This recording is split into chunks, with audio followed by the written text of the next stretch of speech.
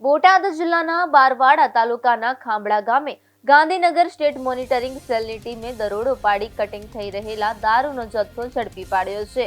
એસએમસીએ 1 કરોડથી વધારેની કિંમતની વિદેશી દારૂની કુલ 16,000 કરતા વધારે બોટલ ઝડપી લીધી છે। જ્યારે રેડ દરમિયાન એસએમસીના અધિકારીઓને થાપ આપી બુટલેગરો નાસી છૂટ્યા હતા।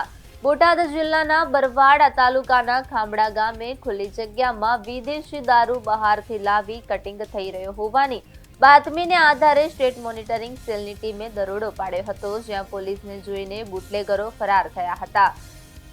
બીજી તરફ સ્ટેટ મોનિટરિંગ સેલે અહીંથી 1,28,84,700ની કિંમતની ભારતીય બનાવટની વિદેશી દારૂની કુલ 16,820 બોટલ તથા ટ્રક, કાર, પિકઅપ વાહન અને બાઇક સહિત કુલ 5 વાહનો સહિત 1,80,95,000નો મુદ્દામાલ જપ્ત કરવામાં આવ્યો હતો।